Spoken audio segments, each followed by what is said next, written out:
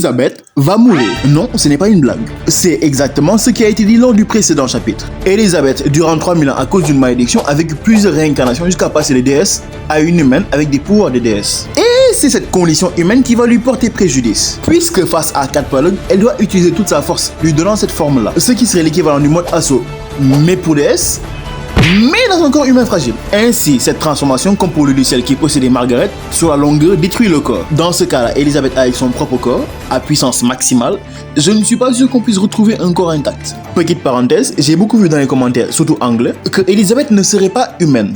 Je suis d'accord. Par contre, la malédiction qu'elle a subie pendant des millénaires lui a octroyé un corps humain, l'obligeant de ce fait à vivre dans la fragilité de la vie humaine. Par exemple, sur toutes les fois où Méliodas a vu Élisabeth mourir, ce qui était sa malédiction au passage, il n'y a eu qu'une seule fois où elle est morte de vieillesse. Tout ça pour dire que certes elle a des pouvoirs de déesse, mais elle a un corps humain, donc elle est humaine. Fermons la parenthèse.